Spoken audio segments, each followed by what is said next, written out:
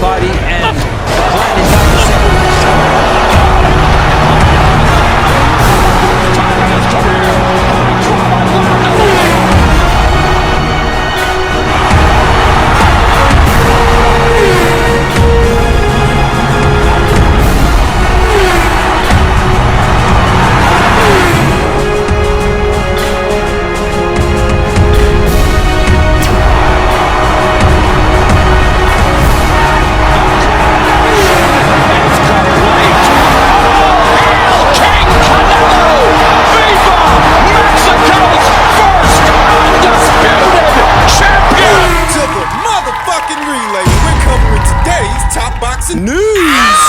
We'll start with this. Well, one story that I haven't had the chance to touch on this very busy week of boxing is Stevie Levy's Matchroom debut. Stevie Levy, who's good friends with Dave Allen, the White Rhino, also happens to be managed by him. Eddie Hearn swooped in and saved the day after Stevie's fight got canceled. He got her a slot on a Matchroom show, this weekend show. Galahad versus Martinez. Stevie kicked off this weekend's festivities by advancing to a professional record of 5 wins. 5 wins, no losses, no recorded knockouts. And it's interesting because Stevie, let's just be honest, she's very rough around the edges. She's very raw as far as ability goes, though there does seem to be some mustard in the right hand. And she could rack herself up a few knockouts if she can learn to set it up properly. Develop that lead hand. And the backhand will follow defensively. She got hit with some shots she didn't need to get hit with. A lot of nervous energy from Stevie Levy, who was relishing the moment, relishing the opportunity to fight on a Matchroom show. Very happy. And it's good to see that dream realized. I was happy for her, though. It's time to get down to business, brass tacks. If they want to turn Stevie Levy into a world-class operator, a world-class fighter, she's got to go through the gears first. She must first hit domestic level, and I'm not sure that she's there yet. The next 12 months... They've got to keep her busy. Because Stevie's not an Olympian. She's not some amateur standout that very recently turned pro. Stevie Levy is very much learning on the job. Thus, she needs all the experience she can get. Get her fights. The only way she can hope to get that experience. Get her fights. Stevie Levy's campaigned anywhere from bantamweight, super bantamweight, super featherweight. She's been all over the place, but I think that her power looks very respectable at featherweight, where her last contest took place. 122, 126. Good starting points for Stevie Levy, provided she can continually make the weight. 122 pounds, super bantamweight, or featherweight, 126 pounds. Stevie's power looks to be respectable there. I think that's where she should campaign moving forward. She should fight 3-4 times next year. 5 if she can, on Matchroom shows or not on Matchroom shows. But she needs to fight. She needs the experience. She shouldn't sniff for a world title for a long time. Even a vacant one, not that there is a vacant title available. Stevie Levy won't be ready to fight for a world title minimum for at least another 2 years. And that's all right, that's okay. She shouldn't fight for a world title no time soon. If you put her in a world title fight anywhere inside of 12 months, even 24, she'd be cannon fodder for some of the more experienced fighters that are out there. Some that have deep amateur backgrounds, some that don't, some that have a lot of pro experience. Right now, what Stevie Levy needs to do more than anything is get out there, get busy, and develop. And I say that because you saw very recently, it wasn't that long ago, Ebony Bridges with a record of 4-0 or 5-0 was fighting for the vacant WBA bantamweight title against Shannon Courtenay, and Ebony exhibits more coordination and more understanding of punches and punch placement than Stevie Levy does at this time, and Stevie's 5-0. But Ebony already knows who she is as a fighter. Stevie's got to find out. Stevie's got to develop.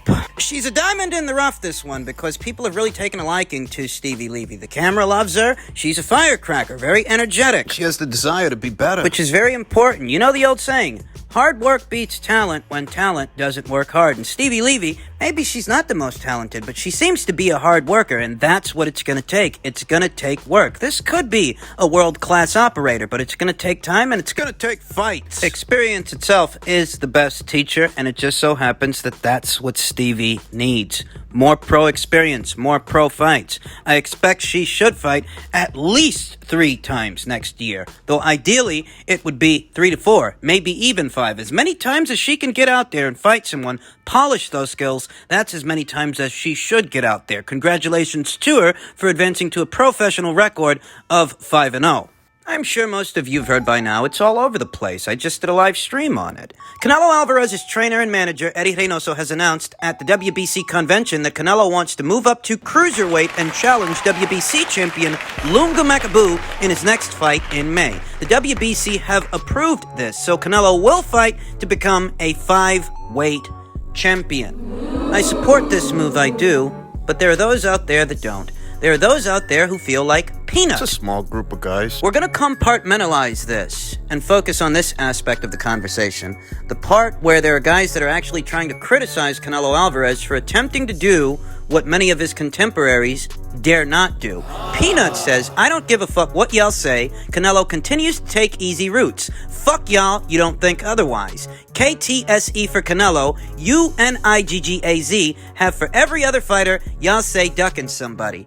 And in Peanut's mind, Canelo Alvarez is ducking Jermall Charlo Really? to fight a much bigger man, stronger puncher, a cruiserweight, a whole 200-pound cruiserweight champion. Right. In Peanut's mind, this is a duck. This is an easy route. Well, if this is an easy route, then why is Jermall so afraid to move up to 168 pounds? How many of those guys at 154 are going to go all the way up to cruiserweight? Lest we forget, that's where Canelo Alvarez used to campaign. He used to campaign as a junior middleweight, made his way up to middleweight, super middleweight, light heavyweight. Now he means to go up to cruiserweight. So how many of his contemporaries are doing what he's doing? Because it's an easy route. So fucking easy, right? Right. There are many logical fallacies with this comment. There are many logical fallacies with Peanut's hierarchy of thought. He's currently caping for a fighter that could not dispatch a very undescript Juan Montiel over the course of 12 rounds. This is a guy that Jaime Munguia knocked out years ago. But Jermall Charlo he's so enamored with, he's so infatuated with,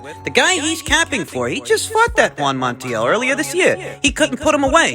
Yet in Peanut's mind, Jermall is the guy that Canelo's got to be afraid of, not the 200-pound cruiserweight he's about to fight. Unfortunately, the tribalists here stateside have chosen to try and make this a tribalism issue. High boxing IQ says that American blacks are more durable than guys from the Democratic Republic of the Congo, even when those guys weigh something like 200 fucking pounds. Oh, because Canelo hasn't fought any Americans, huh? Then what was Daniel Jacobs, reigning IBF champion who is coming off a stellar victory over a then undefeated Sergey Didivianchenko, after giving Sergey his first professional loss, long before Jermall Charlo fought him?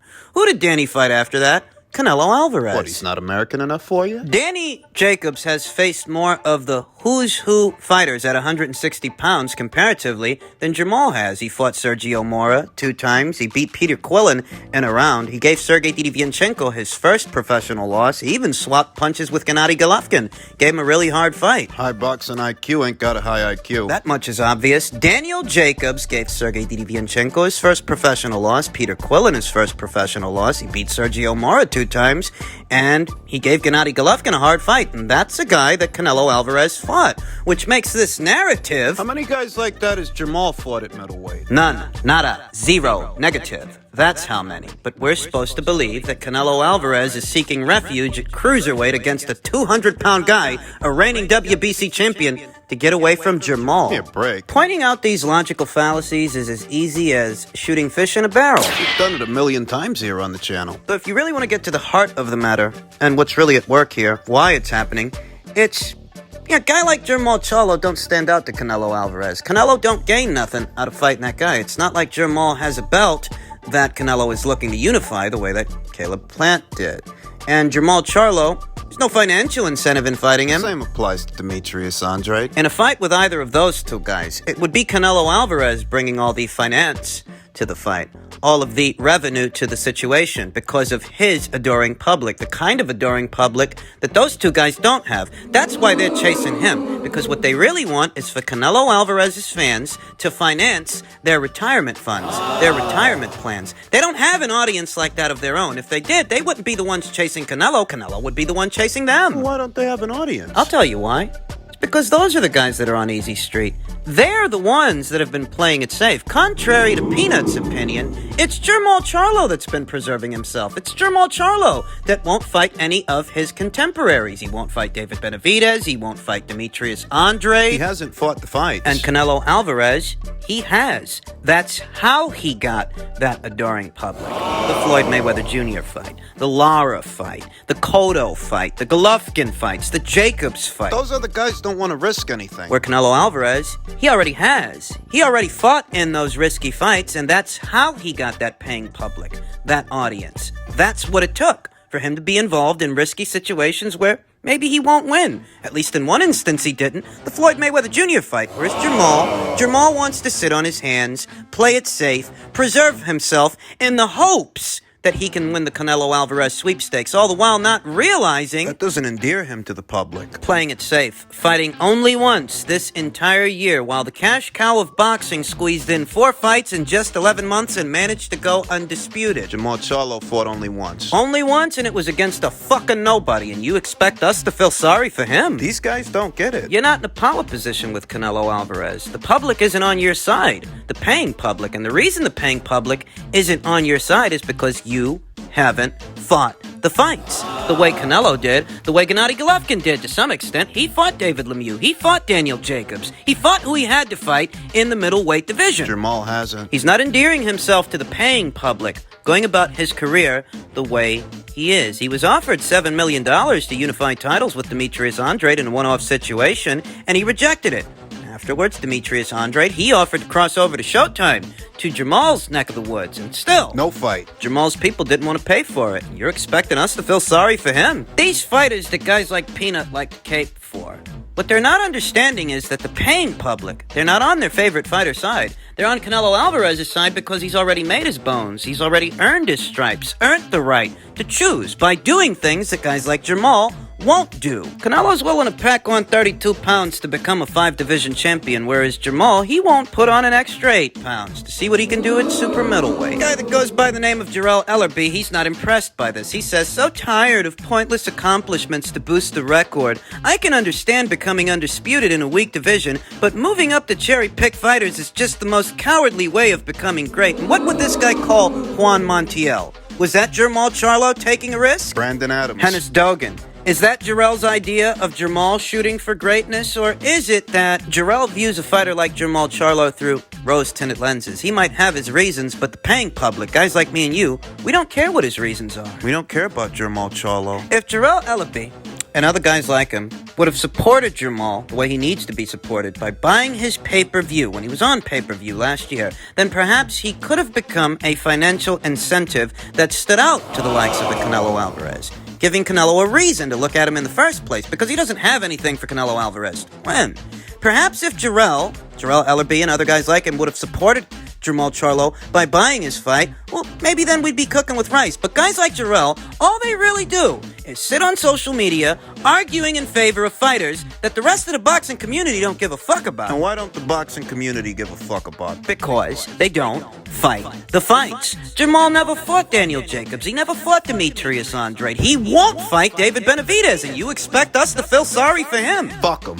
But he's interested in his career, and all the whataboutisms in the world on Twitter aren't going to change that. Nobody's interested in Jarrell's shitty takes on boxing. This guy thinks that Lunga Makabu, a 200-pound man, reigning cruiserweight champion, he thinks that's a cherry pick, but he doesn't think that Juan Montiel was a cherry pick, or Brandon Adams, or Dennis Hogan before him. And that's why nobody gives a fuck what Jarrell thinks. The bottom line, the real bottom line, is that the paying public is on Canelo Alvarez's side because he's fought the fights and Jamal hasn't. So if Canelo Alvarez wants to go up to cruiserweight and fight the likes of a Lunga Makabu, that's must-see TV. Canelo's paying public will be there to support him. While Jamal's fans will cry about it on Twitter. Cry about it on Twitter instead of supporting their own guy and buying his fucking fight. Too bad, so sad. What are you gonna do? Finally, in heavyweight news, per tweet from Dan Raphael, heavyweight Tony Yoka will return January 15th in Paris to face former world title challenger and French countryman Carlos Takam in a fight that will be on ESPN Plus in the United States.